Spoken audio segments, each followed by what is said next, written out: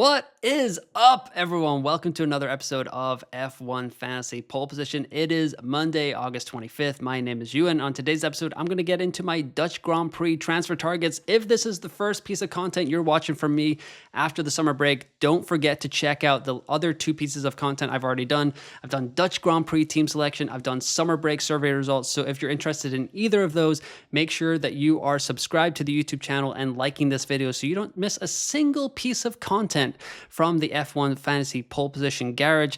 Lots to get into this week, and at the end of the episode, there is going to be a big announcement, so make sure that you stick around for that. But yeah, let's just get into today's episode.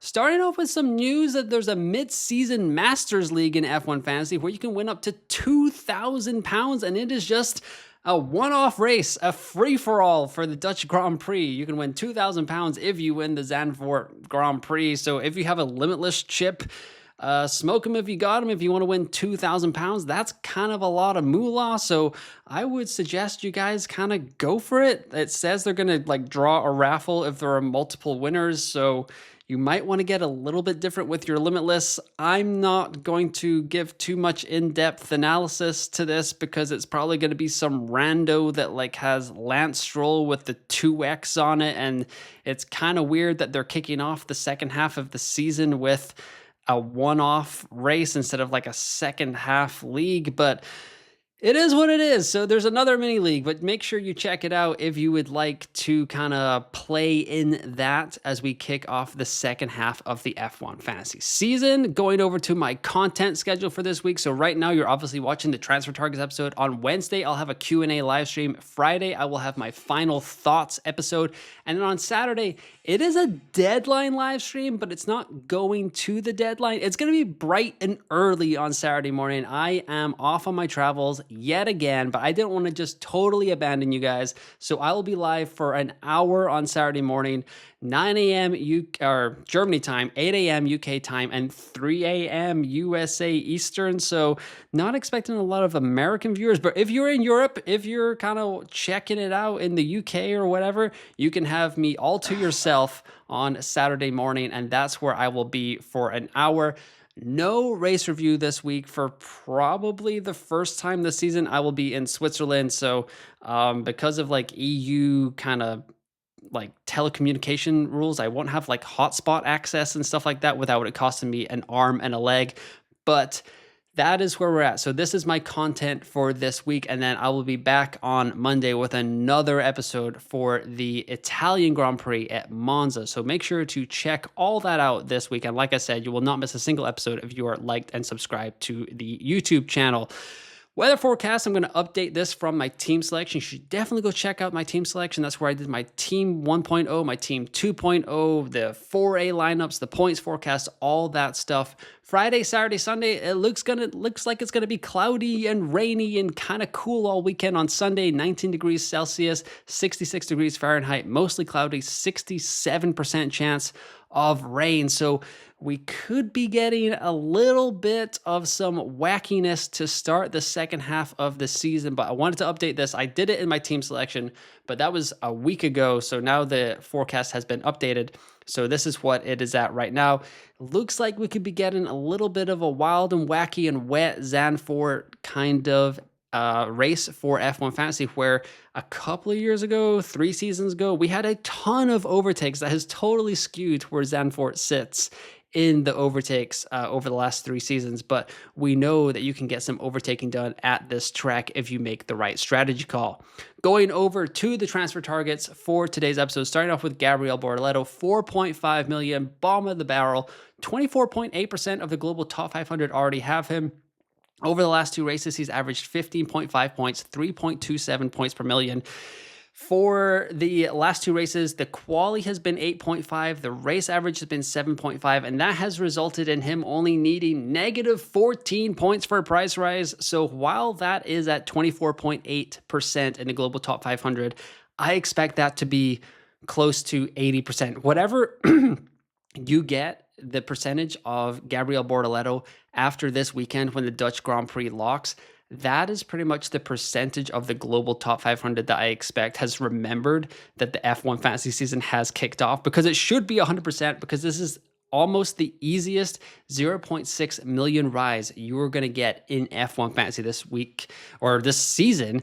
Definitely this week, but most of the season, barring like some Nico Hulkenberg weeks. But Gabriel Bortoleto should be on everyone's watch list. He should be a transfer target for you this week in F1 Fantasy. Moving over to another bottom of the barrel asset here, 4.5 million Liam Lawson. 53.6% of teams have him, so he's a little bit more popular than Gabriel Bortoleto. Over the last 2 races, 9.5 points per race, 2.11 points per million. 9th in quali, 8th in the race over the last 2, and he needs -6 and -2 points to get a price rise. He is going to be very popular this week as well. There's a lot of people that already went to him before the Hungarian Grand Prix, so shout out to y'all that already went there. You don't even need to spend a transfer on Liam Lawson. He's already bottom of the barrel. He's probably going to rise.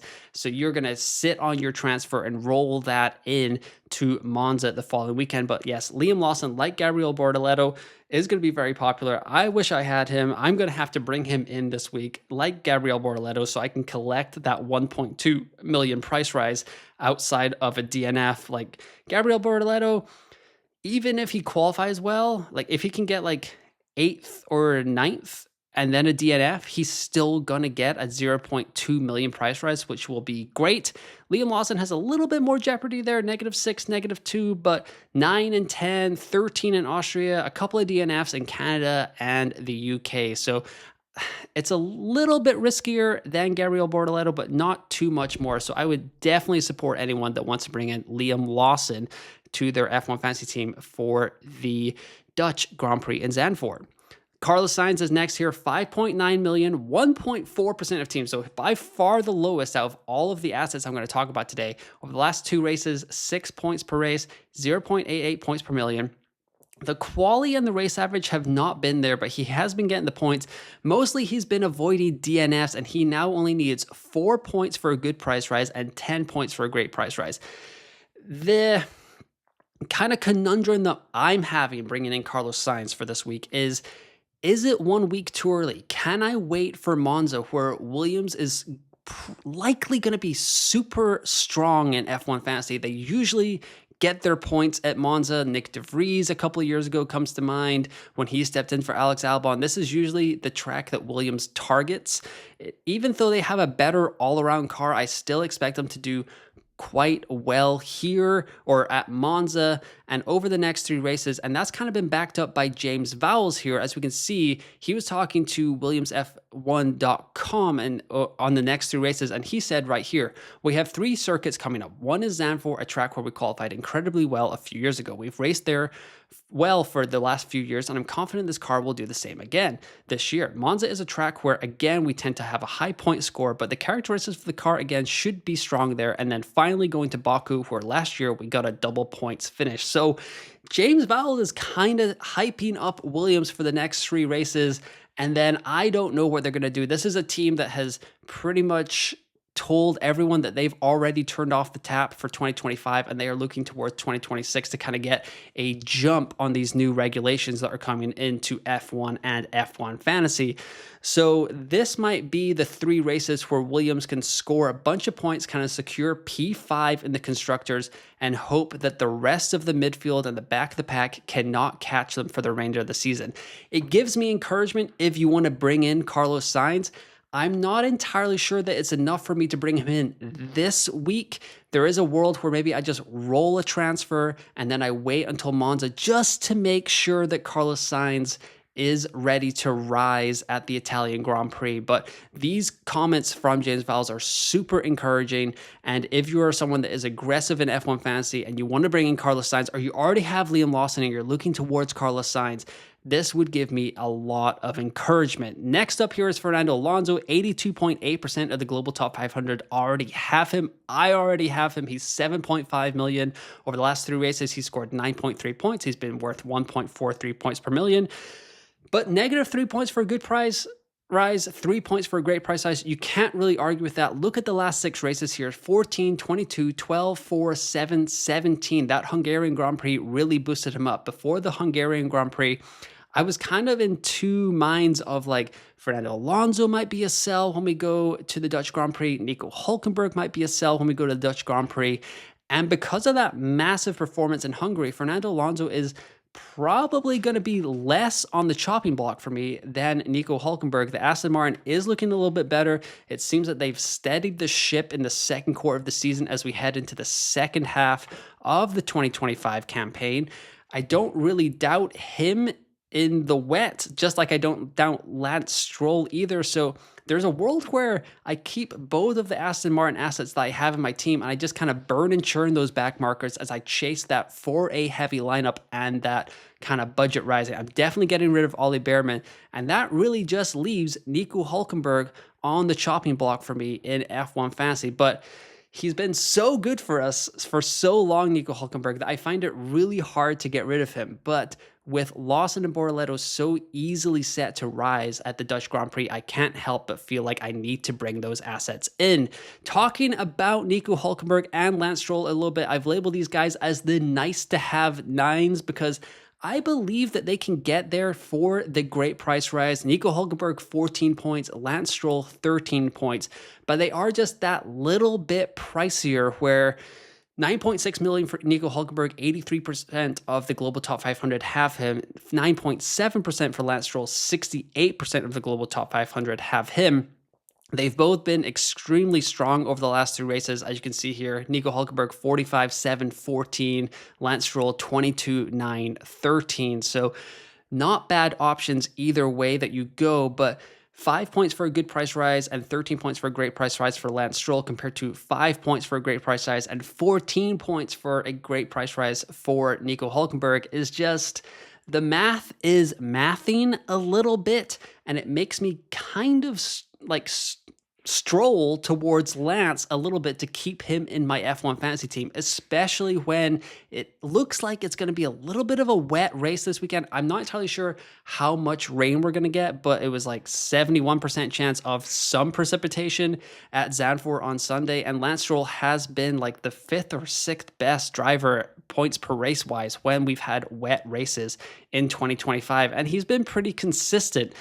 Nico Hulkenberg, like, this is one of those things where I talk about this a lot, where you go to sleep on Sunday night, your head hits the pillow, and you're like, I'm fine with how I did. And who I bring out for Gabriel Bortoleto or Liam Lawson here between Nico Hulkenberg and Lance Stroll, Ollie Behrman is definitely going to be one of them, is probably going to come down to, can I put my head on the pillow on Sunday night and feel okay with what I picked? Because it's going to come down to free practice 3, free practice 1, free practice 2, how these assets are looking in F1 Fantasy. It is, I'm not looking forward to this decision at all, but it's probably going to come down to these two for who I bring out for Liam Lawson as the second of my 3 free transfers I have in F1 Fantasy this week. And I will keep you guys in the loop at my Q&A stream and my final thoughts and my Saturday morning deadline live stream. So make sure that you have liked this episode and you are subscribed to the YouTube channel so you don't miss any of those last minute decisions that I make in F1 Fantasy.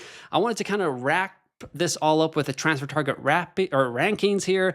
Bortoleto, Lawson, Alonso, Stroll, Hulkenberg, Sainz. Those are my rankings here. So Bortoleto's 1, Lawson's 2, Alonso's 3, Stroll's 4, Hulkenberg's 5, Sainz is 6. Alonso, Stroll, and Hulkenberg are in my team. Bortoleto, Lawson, Alonso are the 3 assets that I want in my team because I feel like they are the easiest to rise. Stroll, Hulkenberg, Sainz, they all get the shrug emoji because I'm not sure where I'm going to go. Sainz feels like the least likely for me to bring him into F1 Fantasy for my team this week just because it feels a little aggressive. I'd rather skip Sainz this week, see what happens at Zandvoort, and then bring him in for Monza, or maybe even have enough money to like bring in a Alex Albon if he is going to rise as well. And then just wait a week and have 3 free transfers again for the Italian Grand Prix at Monza. It just gives me a little bit more flexibility, especially if I am going to be set to get to that 4A heavy lineup. I'll want 3 free transfers because I'm probably going to have to take a -10 to even get there. So the less hits that I have to take to even get to that 4A heavy lineup is pretty nice. But these are the transfer target rankings. So Bortoleto, Lawson, Alonso, Stroll, Hulkenberg, and Sainz. 1, 2, 3, 4, 5, 6 is how I would rank all these transfer targets. And now I'm going to get into my big announcement. So here it is, the big announcement. I have launched my own Patreon if you would like to support the channel that little bit extra more than you guys already do, which I already greatly appreciate. Just a decision I've made. 350 videos are up, 3,500 subscribers, 100 podcasts are out on Spotify and Apple Podcasts right now. So if you'd like to support the channel a little bit more, you can head over to patreon.com, look for F1 Fantasy Pole Position. It is one membership tier. It's $5 a month, so like less than a cup of coffee at Starbucks right now. Member shoutouts, early access to new videos, and access to the Discord that is set up. It's still a little bit basic over there, but we will go on to bigger and better things as we grow the community over there on the F1 Fantasy Pole Position Discord. Right now, I have a members poll up, or it's not even a members poll. It's a post or to the entire public just asking what other features you would like to add to the Patreon. So members only live streams, members only chat alongs, prize leagues for 2026. That's pretty much definitely happening. I just can't set one up for the end of 2025 or others. So if you want to let me know what you would be more inclined to sign up to the Patreon for, if any of these features were added or something that I'm missing, let me know. Like I want to really emphasize is nothing that I do right now is going behind the paywall. So team selection, Q&A streams, transfer targets, deadline streams, race reviews, those will always be free on my YouTube channel. Those are never, ever, ever going behind the paywall. But if you would like to support the YouTube channel or myself just a little bit more as a content creator, head over to patreon.com, or you can do it on YouTube memberships as well. So those are two options, whatever you'd like to do. And you can support the channel as we look to go on to bigger and better things for the end of the 2025 season and the beginning of the 2026 season. And that'll do it for today's F1 Fantasy Pole Position episode on Monday, August 25th. There's going to be a few more episodes coming out this week, so don't forget to like the video and subscribe to the YouTube channel if you like what you see in the F1 Fantasy Pole Position garage.